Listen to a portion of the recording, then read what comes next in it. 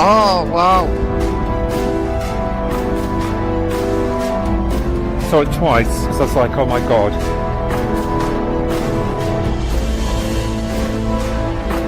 That was just weird.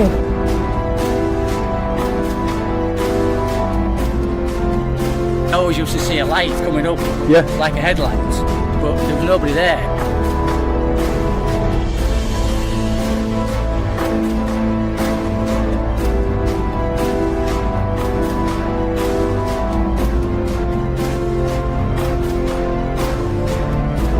Oh, it's just disappeared.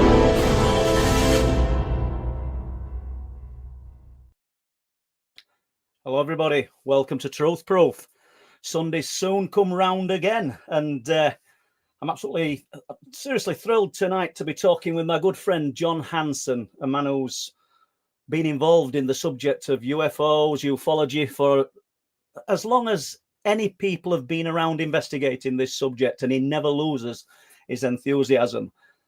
Author of the Haunted Skies series of books, Policing the, he'll tell me the title of this, Policing the Skies, the UFO Police books, and in possession, he's collected or amassed the biggest archive of UFO-related data, certainly in the UK, if not, it competes with a lot of things all around the world.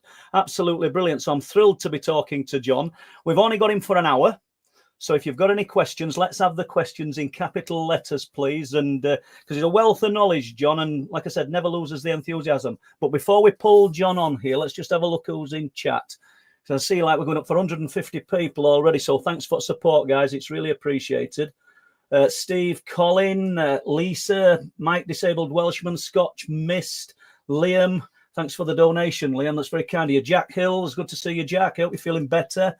Let's have a look. Gemma's doing moderating. I think Alison's doing moderating. Thanks, Alison. Really appreciated. Deb Shaw, Matthew Cook, Steve Colling, F&D, Mia Girl. Let's have a look. Linny will be in, Pete will be in, Susan Wiseman, Karen Behrman. And it's like playing bingo. We say it every week. I can go on forever and I've got to stop. So let's bring on John Hanson. John, welcome. Welcome. Thank you very much for inviting me once again, Paul. Oh, it's brilliant. I mean, we have lots of chats off of this kind of platform where we have done over years, and I'm just never short of amazement every time you speak to me about UFOs and cases. If there's anything that I want to know about, not just from the past, but from the present, usually you're on the ball. So what are you working on at the moment, John? Well, I'm working on a book called Proximity. In actual fact, I've just sent the last piece off to my typesetter, Bob Tibbets. He used to work for, he used to run his own UFO group in Coventry back in the 70s. So he's had the last slice, as it were. And basically, I got to a stage with all the books that I've done.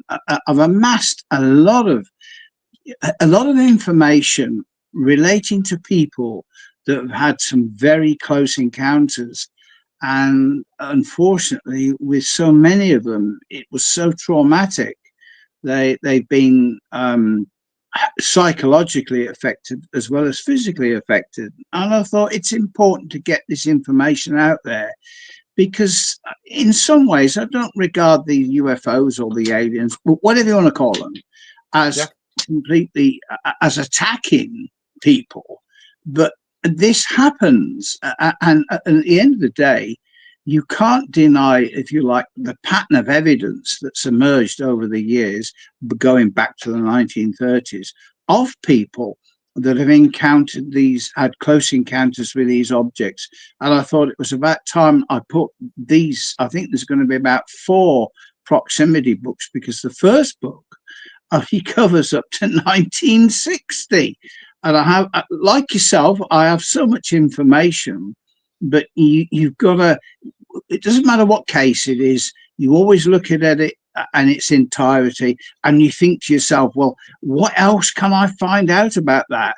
And I have to praise you, Paul, because I've seen evidence of your investigations, not only into UFOs, but other matters, and they astound me. And that's the thing. And I'd like to think we're on the same wavelength with that. But it's important to get as much as information as you can while you're on this planet, because it's history. It's our social history, and to a great degree, as far as governments are concerned and authorities are concerned, they don't really like us, do they, Paul?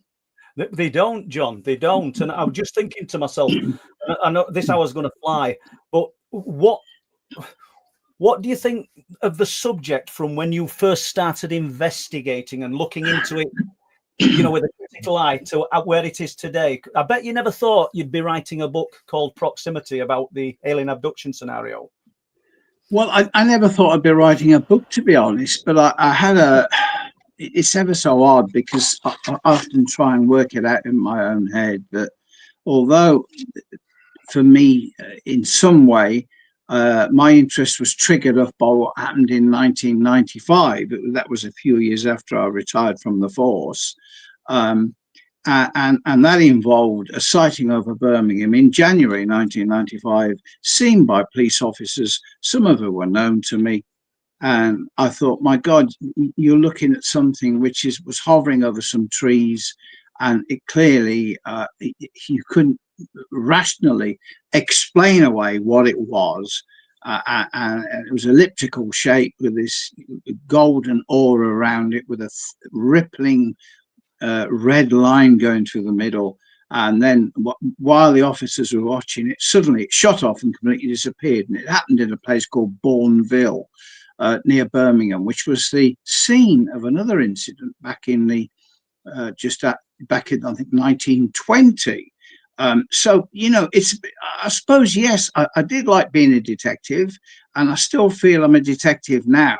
I'm not very good on paperwork. That's why I've got Shirley to sort me out, and other things, as you know.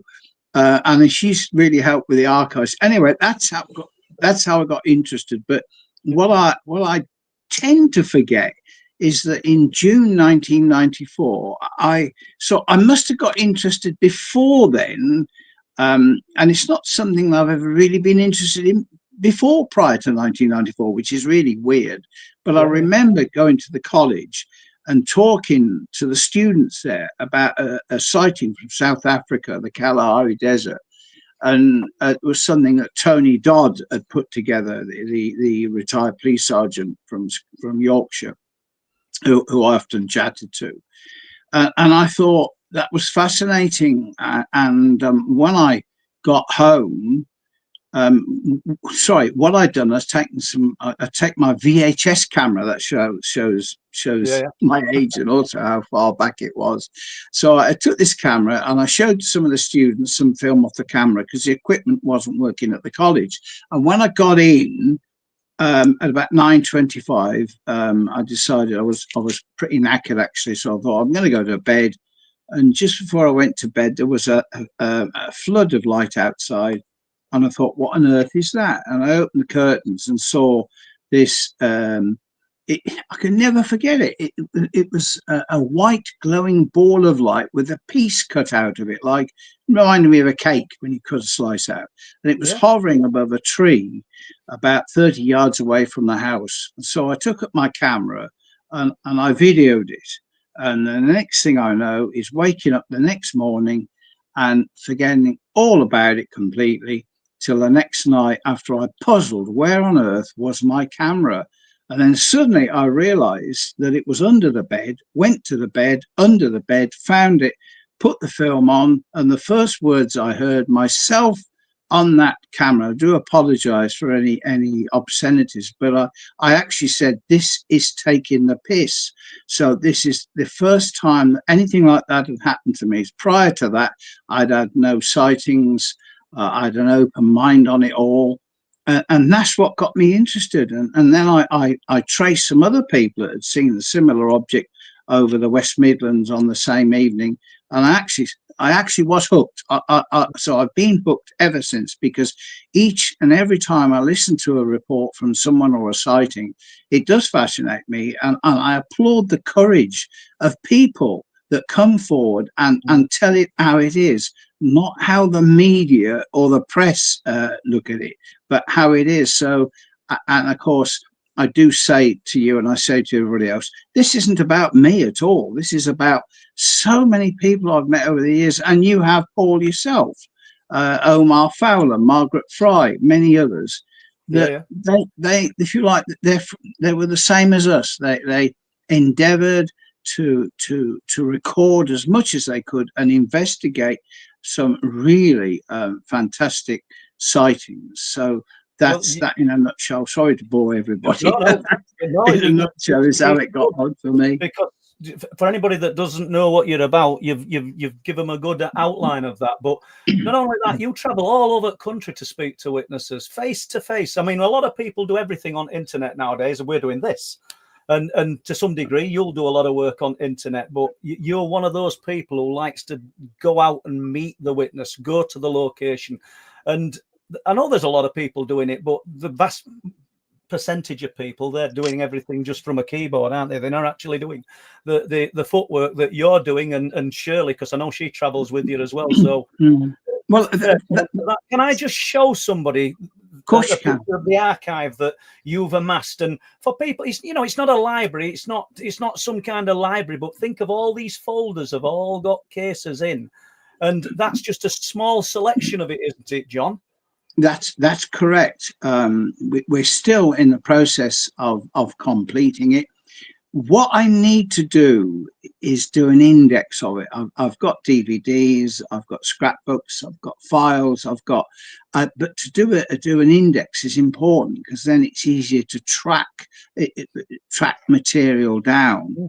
But it's finding the time. It really is finding the time, because I can't do books as well as doing the archive, as well as not tonight, but doing a talk in a couple of weeks, and then another talk, and preparing myself for that. And also I do occasionally like a night off, don't I, Shirley? Well, and you do deserve it. I've got a question here from Andy Ross, and there's probably a lot of cases. The Ghost Whisperer, you've met Andrew at conferences, John, I'm sure you remember him. What's the weirdest case you have uncovered? There's probably lots, but... Well, weirdest, I suppose, something that always comes into my mind is the mince pie Martians case from 1979, which happened in Bluestone Walk, number 35 Bluestone Walk, Rowley Regis in the West Midlands. And that was, as I say, that was, oh, blow me a minute, memory's gone. That was Jean, what was her name? Anyways, it'll come to me in a second. Jean Hingley. No, it does, because my problem is I am overwhelmed with it. And when I talk to someone, talk to yourself, and I go through it, I do have so much, and without all these files, I couldn't remember it all. But the Jean Hingley case was fascinating. That was 1979, and before were involved as well. And this lady alleged or complained that she had a visit by an alien spaceship that landed in the garden in the snow. It happened in January, sorry, and the next thing she was aware of, the dog collapsed next to her, and these aliens, these came into the house, and at some stage the press did report that they all sat on the settee together and had mince pies, which was wrong, because I've not interviewed myself personally, but I've interviewed Margaret Westwood, was a Cardiff City police officer in Birmingham. She's interviewed her. Margaret Fry's interviewed. Margaret Fry's had this lady stay with her. So when you put all your evidence together, and then you speak to, I think it was Chief Superintendent Meller, unfortunately passed away a few years ago. But as he said to me, John, the lady was absolutely genuine, and I regard it as genuine. I cannot give you an answer. So something like that, but go back to what you said, Paul. You have to speak to the person. Obviously, on this occasion, I couldn't, but with someone that alleges some pretty frightening things, you've got to speak to them in order for them to eventually trust you as you would trust them. Yeah. And obviously, they assess you like you assess them. I can't do that from a bloody keyboard, because I don't know the person. So sorry. It's very true. And we've got another question here, John. And I don't know if you'll know anything about this. I don't really know anything either, so I can't help you. Probably two of us, mate. What does John think about the Booger sphere, fake or real? I know it's something that's just been discovered and talked about within ufology, but I'm same as you, John, and I'm in my own little bubble. I'm not. It is familiar. I think I've seen photos. Were the photographs of it shown? Photographs of it, yeah, but seen it. But there's so many amazing things about and so much about it. So, Mark Leaper, right? Let's have a look. Let's have a look at this one. Evening, Paul and John. Question for John. What are your thoughts on the black triangles in the UK currently? The black triangles in the UK, when you talk about them currently, I certainly don't know. I don't know. We presumably be talking about recently. I would think so. Mark's had a triangle sighting, not recently, but he's had an incredible triangle sighting, and I know that's why it's sort of imprinted in his mind. He's really interested.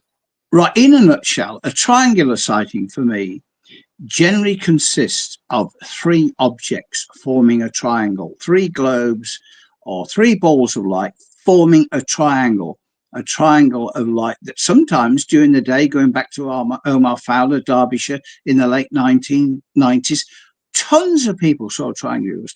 I would say that a good 75% of all the stuff I've got actually relates to flying triangles. And I've even got reports going back to the 1900s of flying triangles. And oddly, in front of me, I've got a report I've mentioned to you.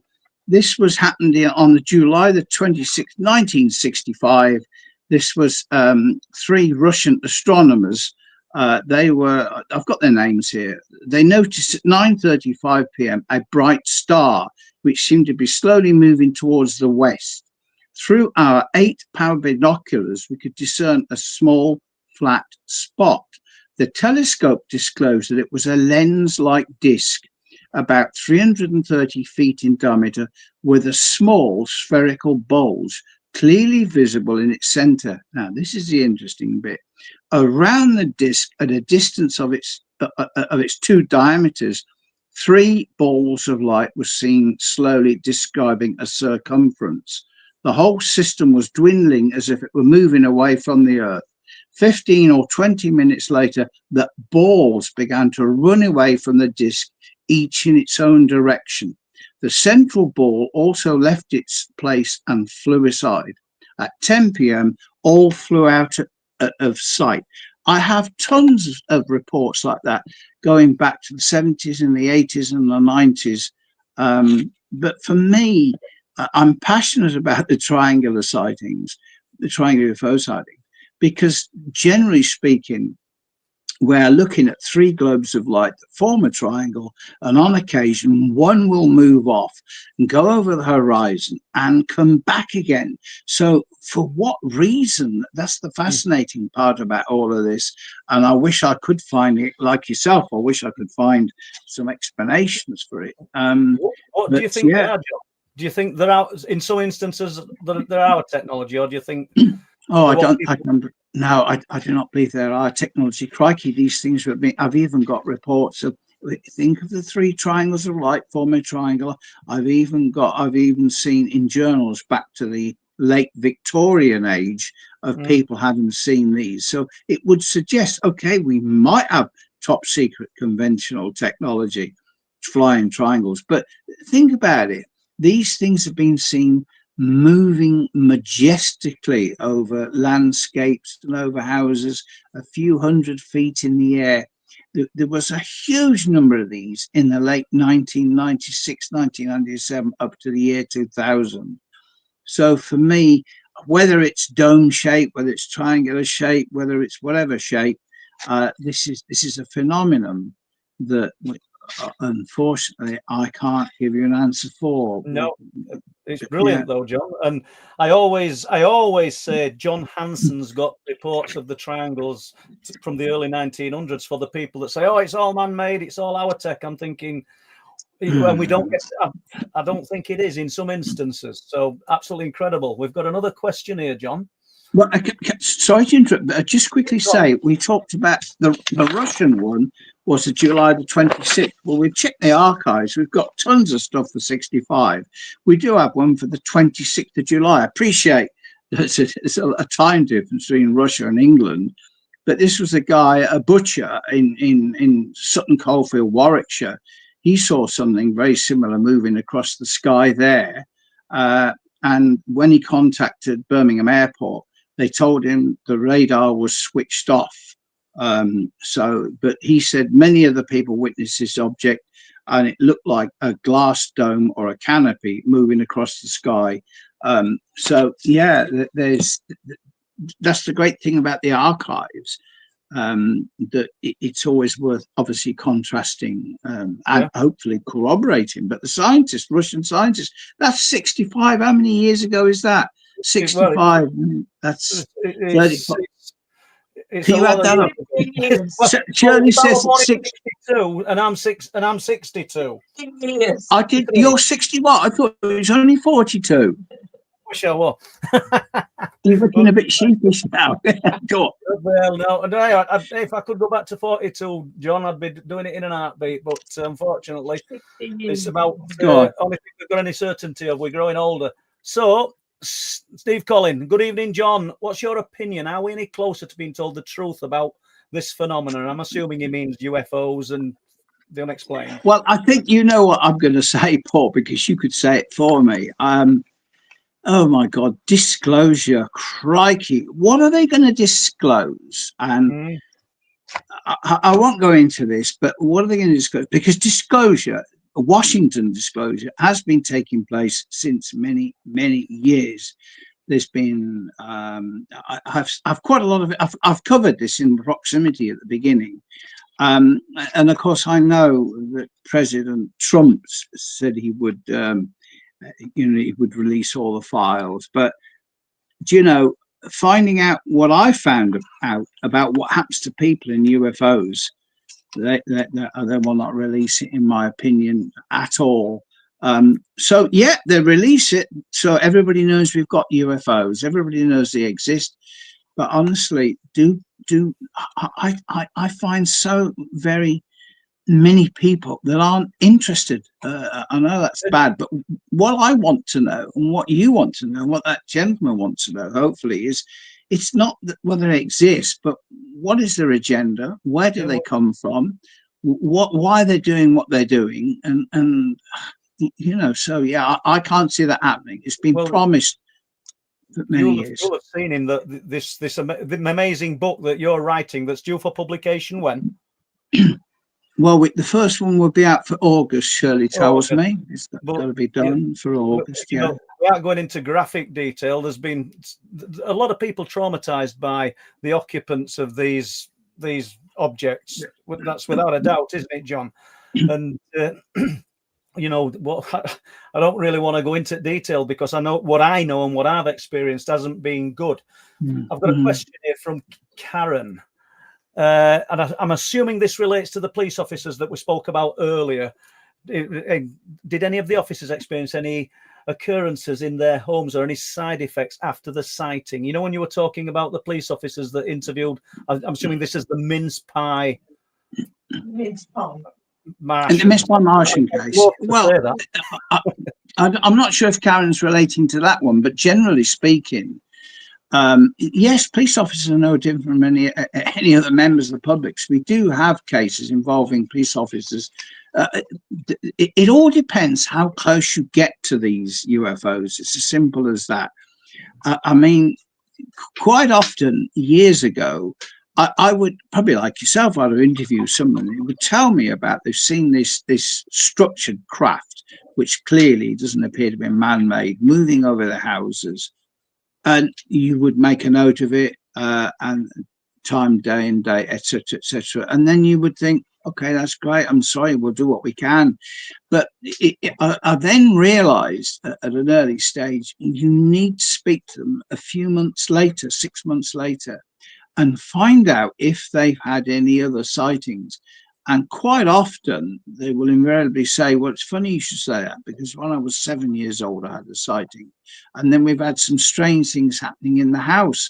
It sort of seems part and parcel of the same thing. So some people, it doesn't happen to be fair, but I fully believe it's how close you get to the fields of radiation that surround these UFOs, because things will happen to you. And as you know, Paul, yourself, you've come across people that have got injuries, physical injuries and problems, and also psychological problems. But the physical injuries are caused by what?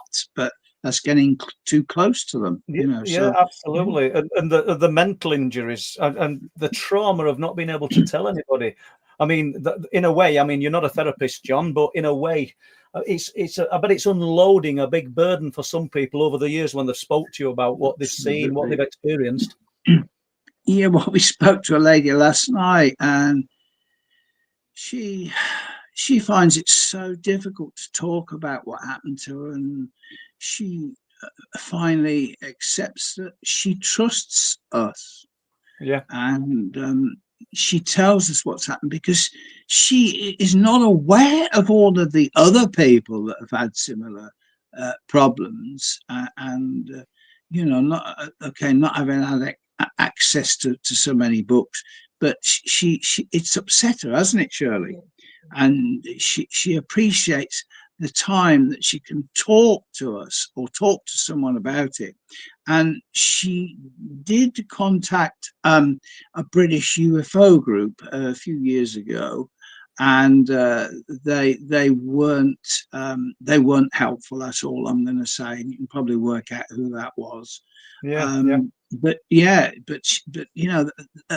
end of the day, we did say we will go and see her before we write it up, because you can't write things up based on telephone conversations. There's little bits that you miss out, little gaps and little things that they say and mannerisms. You can read it, can't you, when you're speaking to them? Absolutely, mate, because there's so much more that comes to light, and so much more, because then you get the pattern. It's not as if they're saying, oh, an alien knocked on the door and picked me up and ran away with me and God knows what. And, there is a pattern to these, and it's always so helpful to help people, which is what you do as well. I mean, absolutely. Yeah. One more question, John. Are you okay with these questions? Sparks, Good morning, Paul. Well, I know this guy's at the other side of the world, so I know where we're coming from with this, and it's great to see you here, mate. Paul and John, do you think our alien friends are interdimensional, as traveling light speed would take years to get here? Thanks, Mark. Well, I've thought about this. I realise in all probability they can't be extraterrestrial, because then wouldn't that take light years to get here? But now I'm pretty sure that next to they could be interdimensional, but perhaps they can access us as quick as we can't access them. How many times have we come across cases where these things have been seen and then completely, when we say disappeared, do they disappear? Is it just some kind of cloaking technology that they've just gone? That's right. But I believe that these things have been here. They're indigenous to this planet. They've been here for probably millions of years. They've certainly influenced mankind. And but the main thing is they are here. And it's only, when you educate yourself and you realize just how involved it is, well, then you start to think, well, perhaps sometimes I wish I hadn't got involved, because it's frightening. It's pretty frightening stuff. It is. When that question came up about disclosure, and I'm on the same page as you with that, and probably what I took from what you spoke about when you gave us your answer was, we want to know what they want, what is their agenda, and that to me is the most important thing as well, because I don't think any of us people in chat, we've got over 250 people here in chat, and unless you've just come here just to be mildly amused, you've got a vested interest in the unexplained, whatever genre you tend to be interested in. And you know it's real. You don't need somebody to tell you that to convince you if you've had your own experience. But what is behind it all? What do they want? That's my biggest question. First of all, I really don't think this disclosure will happen, because if it's what I think it's all about, well, the only thing you can disclose, and surely since the 1940s, there's been so much disclosure or so much information in newspapers about things that have been seen. I mean, way back in 1948, the FBI were extremely worried about the population, about the number of people who'd seen these giant birds going over, and they'd seen these saucer-shaped objects.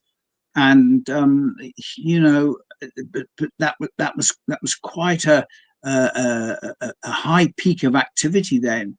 As the amazing thing about the archives, you know, people used to say about the 77 wave, but you can see that there's 67, 68, 69, 77, 79, 80, goes off a little bit then, but then you come up to 1995, 1996, as I probably mentioned before, right up to the end of the century, when it's really heavy. But it's been heavy all over the world. If you were to add up all the sighting reports, and I honestly could talk, I've got a lot of stuff here, and if we could talk for 24 hours, I could painstakingly go through each report, but we still wouldn't even touched it. We wouldn't scrape the sides of it. You're only on here for an hour, so I think it's important, because you're giving me and Truth Proof an hour. No, you're giving us an hour of your time. So I want, we put these books up earlier, but where can people find out about these books? Where can people read about them, buy them? Give us a little bit of information. I know there's a lot there on that picture, so they can take a lot of that in. Oh yeah. Well, basically, that's a flyer we did.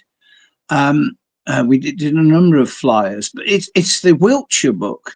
The police. If you look at the bottom, you'll see the Wiltshire. Skies. Yeah, you'll see the Wiltshire book, the police book, and then volume 1, 2, and 3 of the police book and the Wiltshire book. The other books, this is where I went wrong. Absolutely. They're on Amazon, and I did those through Nielsen Lightning Source. I'm still a publisher, but I made a mistake, and as I can show you here. I'll remove the picture, then you can show us the book. Yeah, okay. So some of these books, it's crazy, absolutely crazy, because these books, there's one I did for the whole perspective. And if I could just, it's difficult to see it, but a lot of that is Bible, the big volumes. Well, that's it. But I did 3 of them, and I naively thought you could carry on putting these books out there, 1,000 pages. It was the same with the Wiltshire book. And of course you can't. You can put them out there, but nobody's going to pay 50 quid for a book. People have criticized me for saying, you can't, how can you charge that sort of money? But my God, there's 1,000 pages. It's the printing color process that puts it up. So now, and I can talk for us both, what we do now, we get the books printed elsewhere. We get them down to something like 250 pages. And what I do now is put 6 or 7 color pages in there, and the rest is mono.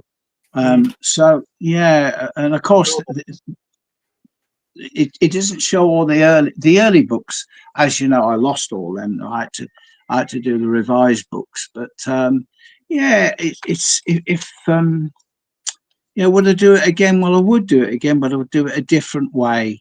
You know, small books, thinner books, and rather than big. They're more affordable on people's pockets, aren't they? And well, they don't want to know. Yeah. I mean, talking. Sorry, go on, mate. No, well, all I'm saying is, John, but the books are obtainable via Amazon, and the. Oh, I'm sorry.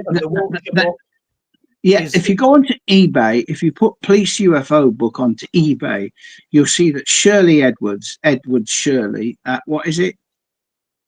Hotmail. At hotmail.com. Edwards Shirley at hotmail.com. UK. Oh, you think I'd know that, wouldn't you? Anyway, but they're easy to pick up on eBay. And I will just remind people, in order for us to get them at the right price, we have to shell out something like 600 or 700 quid to get them at the right price. And we include postage. We're due to order some more soon. But as you know, Paul, it's not about, we don't make any money, but I get a lot of pleasure, if you like, about getting the books out there, because we've got to do that. We've got to fight for this, you know.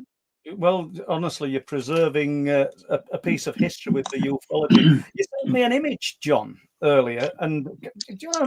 Oh, one question first. I need to get this question out, otherwise I'll forget.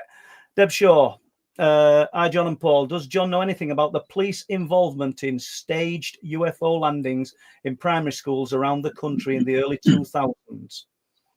Yes, they were covered in one of the police volumes. Right.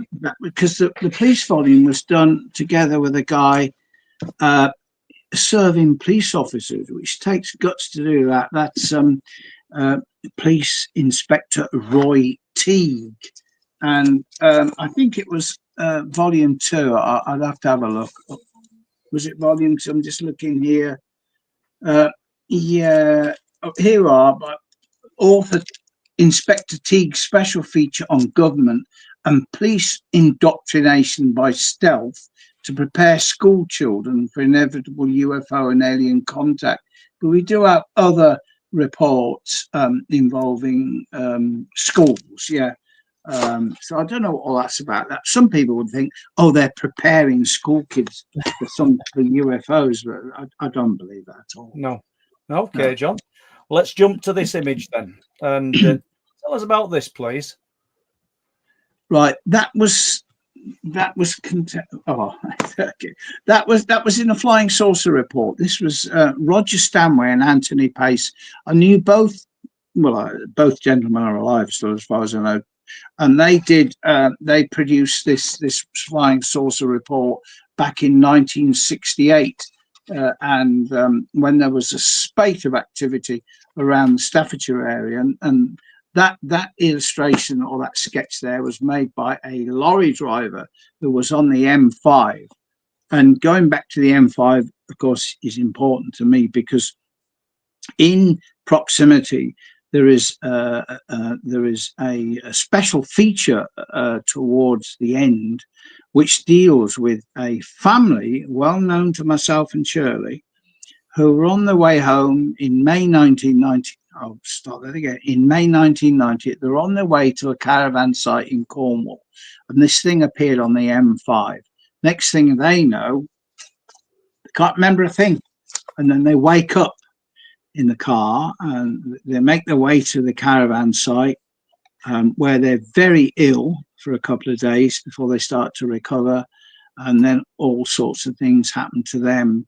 And so yeah, the M5, we've got quite a few cases of the M5 Cornwall, and these people, their lives were changed forever. And to say, we've been in touch with them, the two of them, and we've got some really great information from them about what's happened to them in their life. And yeah, so okay, thank you. And I'm mindful of the time. John, are police officers today encouraged to say about any sightings? And he's asking, do you think? Or well, sadly, police officers,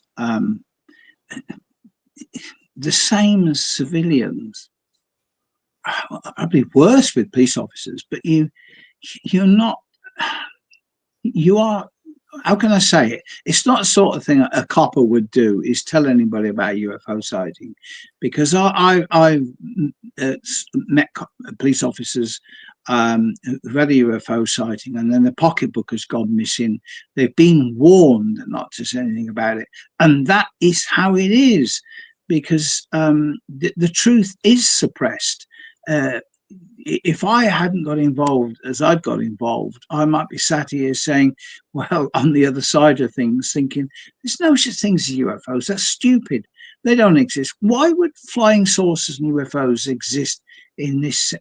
Why would they exist? But of course, the frightening part about it is that they do exist. And when you look at the way in which the media portray specific sightings, not forgetting about the Rendlesham Forest case, they will take the proverbial Mickey out of all of it.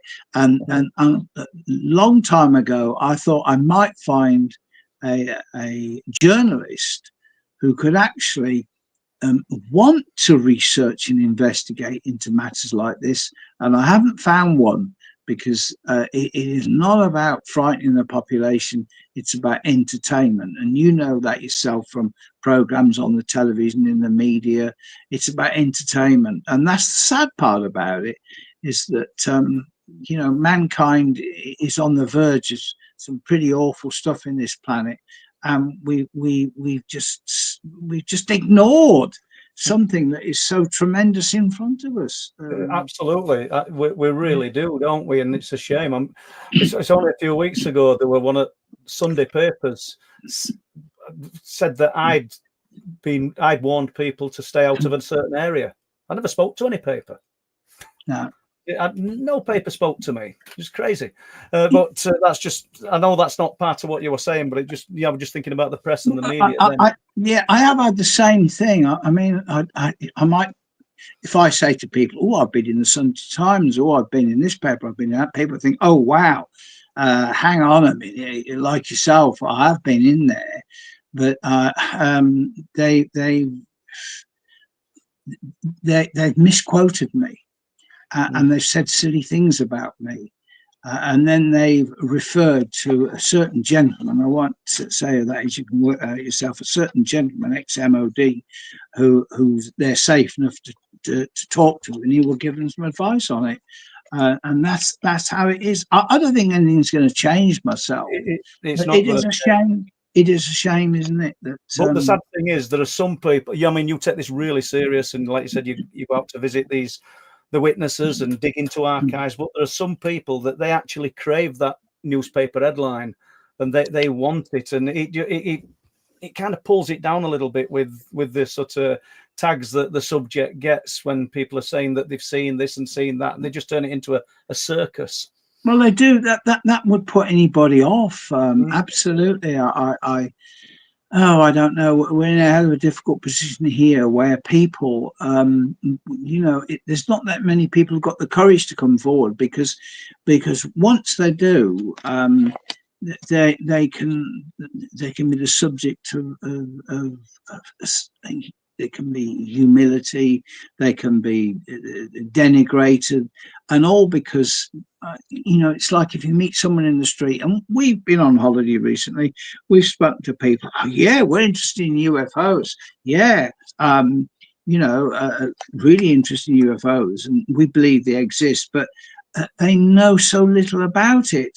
And of course they probably, when they see things in the paper, I think, my God, I just can't believe that. It's like, I've been interviewed by the BBC on a few occasions, and like yourself, Ancient Aliens recently, but it's about singularization. I don't even know if that's a word, but singularization is looking specifically at one case, pulling it apart and offering a conventional explanation.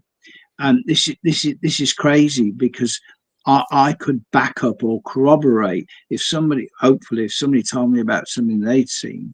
You can't dismiss all of the evidence, but all we get is a lukewarm response in the media, which we do, and that's how it is. And after a bit, you just accept it, because what can you do? We can't change things.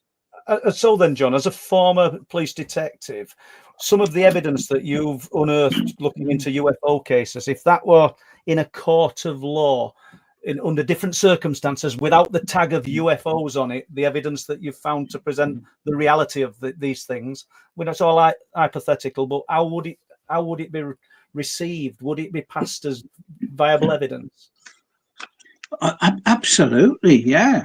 Because of a pattern of information. And you know yourself, you've interviewed people.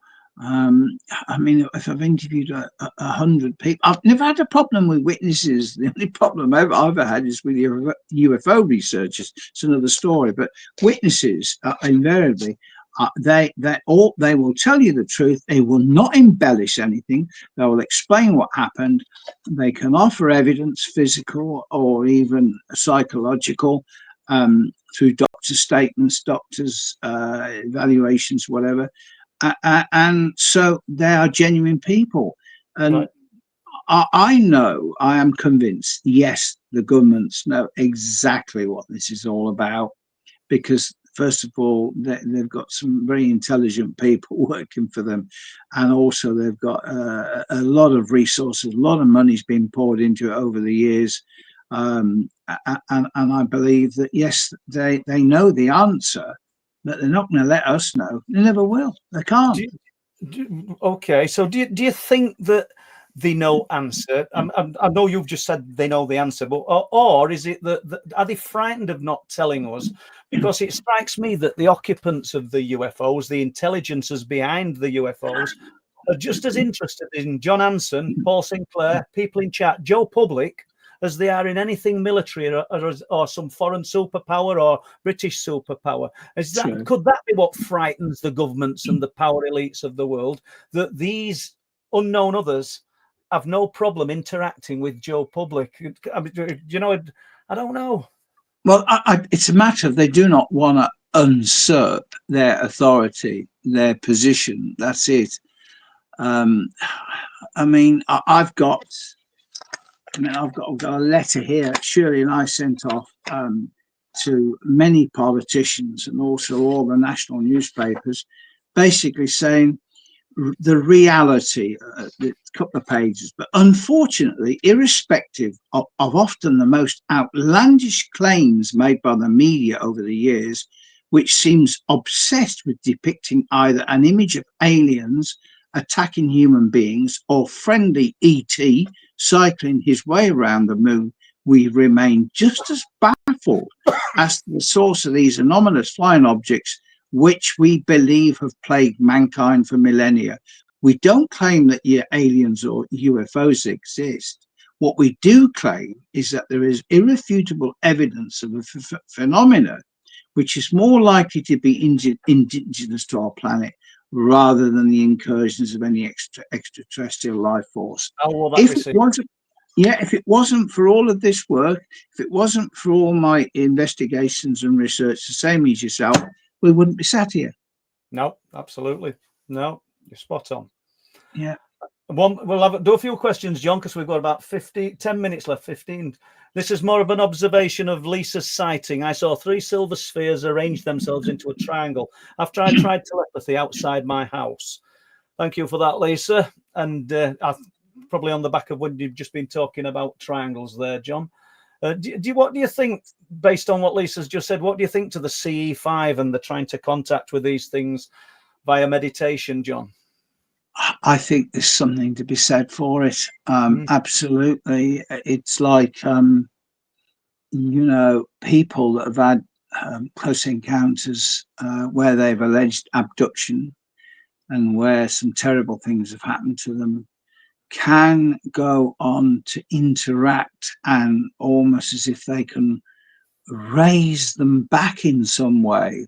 I've always said, what it probably boils down to is that it's that we all it's electric magnetic light, with the optical nerves and what you can see. Some people can see far more, can't they, in one direction than others. And people often say, was I selected for this? And I said, well, I can't answer that, but people seem to be special. And I always, like I said before, and I think the last one I did with you, I remember this American researcher, and he spent years collating the dates of birth with people who've had some extraordinary sightings. And without doubt, he was able to track back through their mothers and their grandmother's date of birth to the astonishing discovery that those people were born in June or July 1947. So where does that take you? Does it take you to, was Roswell more than what Roswell was? Did it infect people? Did it change the environment? That's, I mean. Yeah, did it seed something that we still see? Seed is exactly the right word, Paul. I think it seeded it. And so, and then of course, we did mention before, when people have a sighting, do they have any to do with what happens in the house? And sometimes, again, there's a guy I know, Chris Truebridge, smashing bloke, had a lot to do with Warminster. And Chris, I've been to interview Chris, and he, sorry, not Chris, it was Tom, it was a brother Tom, and he was interested in the crop circles, and he built a copper globe to specific requirements, a small copper globe, and he put it in the crop circle, and he was told that this would raise the energies, and it didn't.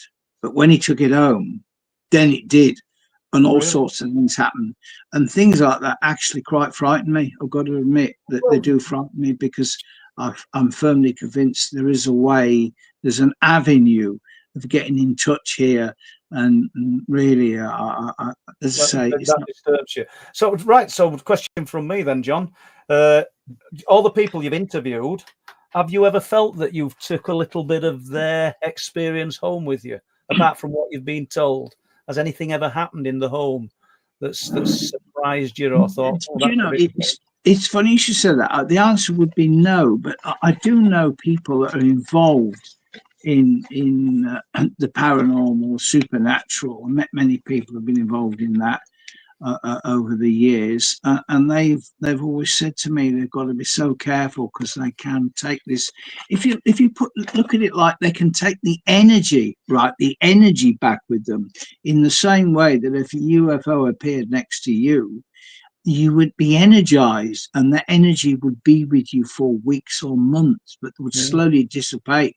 So so then a lot of people say, well, what's the difference between the supernatural, the paranormal, and UFOs with regard to the energy? I can't categorically confirm that is the case, but I meet so many people that have. Do you think that then, John, applies to a brilliant sighting? You go and investigate it. Do you think the area itself is energized? The location where these things are seen? Yes, that's I've come across that quite often. Yeah, I mean the one at Warminster where the triangular UFO was seen back in the 80s, and that was the ground was examined the next day, and it was found out that the heat given off the UFO actually more or less melted flint. Really? Melt flint. That's hot. That's hot. So these things are dangerous, and maybe it's best to just stick your head in the ground and forget they exist, and you're a happier person. Well, maybe. Here's a question, pretty simple but effective. Do they come in peace? What do they want? What's your views on that? I don't. People say there's different races and there's different types. There's aggressive ones, there's domestic ones, there's friendly ones. Maybe whether they come in peace or they come to wage war on us or whatever, maybe it's something to do with maybe they react against the witness. I don't know. But do you think it could be the different types of reaction that they get from the witness depends on the outcome of an encounter? Well, that's right. But if it's as simple as this, if the occupants of these UFOs, and I've never really felt that they're separate to the actual object itself, they form part of it, and they can move about, they can come out the object, but they are part of it as opposed to being separate. I believe that if they wanted to wipe mankind off this planet, I hate to say it again, but we wouldn't be here talking, because they would do Yeah. it. So clearly, that's not their agenda. Yeah, anyway, that's what's their agenda. I think we just squeeze this question in if possible, John. It's a bit different to what we've done tonight. Have you guys? And I will just say, I did prepare myself, Paul. So no, we didn't need it. I was gonna talk. That's just nuts, isn't it? All that information. Well, we need a 24-hour session, John. We need a marathon. Yeah, and hang on a minute, Paul. Yeah, I get it. Anybody in chat tell us if we should get John on? He'll probably not want to do it as a monthly thing for an hour because there's so much info. I put you on the spot there, John. Have you come across any report that feature a Bigfoot-like creature? Yes, yeah. I have. There was a number of those cases in Kent back in the 70s, and also in the Staffordshire area, Cannock Chase. I came across people had seen a Bigfoot-like creature. This. I mean, I talked about huge giant birds in 1948, and we had birds seen in England as well. We also had so many strange phenomena that took place. Which have all been forgotten, and it's my passion to preserve all of this. You mentioned about a gentleman that wants to know what happened if I snuffed it tomorrow. Well, for a start, Shirley had probably put them all on a fire, wouldn't you, Shirley? Yeah. But she would ensure they go to a library or an archive because. You're just what you're doing. You're not destroying paper, but you're destroying people's endeavors, and it'll be the same with your stuff as well. The books. So that's organized as you. Yeah, well, that's why we need to get the books out there and that's why, dare I say it, people should buy them because whatever's made, and it isn't much made on any book, I can assure you, but goes towards the archives because we're not sponsored. This has cost us a small fortune, but it's been worth it because it's important to keep other people's work alive, as it were, you know. Well, do you know, John, there's absolutely loads and loads of questions. I see Dragonborn's question here, and it's not really on a subject that you'd want, but I'm just going to squeeze it in, John, because I know we're going to close it down. But it's a subject of unexplained phenomena that seems in vogue. What are your thoughts on dogmen? There's a lot of radio podcasts and shows on this. It used to be Bigfoot, the Sasquatch all the time, but this seems to be the subject people are talking about when it comes to cryptids. Yeah, the bipedal werewolf type. Well, there have been reports, and I said about Cannock Chase has been down there. Generally speaking, they're not that common, I have to say. I mean, maybe that's something that Nick Redfern would probably be able to answer. What's interesting, though, John, is that your research into the UFOs you've not collected many reports of this type of occurrence or phenomena, have you? I haven't. You're right. I haven't. So I think on that note, we're just about done. I mean, I'll just throw this one out because I know he's wanting to get away. He's got something to do. He did tell me that. But has John made any plans? Oh, we've just done this. That Andy Ross has asked the same question that his best friend Al asked. So we shall. And you can't even give me the lottery numbers, can you? I'm sorry, I can't get lottery numbers. Jojo, thank you for the donation, most appreciated. And let's have a look. I think we're just about out of time, and we could have gone on for hours with John Hansen tonight, guys. Well, we could have gone. Yeah. I hope you've enjoyed speaking to John, and will you come back, John? Oh, love it, absolutely love it, and I can show you some of these magazines here. We can go through them. And so much more, mate. And just before you go, there's things like all the news clippings. Hey, John, we don't have to go if you want to stay a bit longer. You're welcome. Cuttings. No, I've been told my dinner's ready. Excellent. Okay, guys. Well, sorry, mate. No, look forward to seeing you again. All right. Thank you, everyone in chat. Thank you, everybody. Good night. Good night. Good night.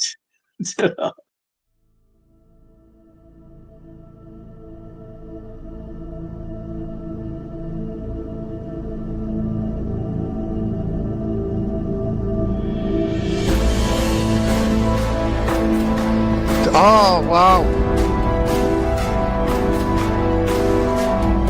Saw it twice, so I was like, oh my god.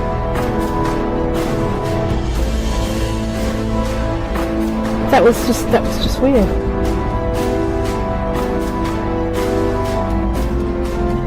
I always used to see a light coming up, Yeah. like a headlight, but there was nobody there.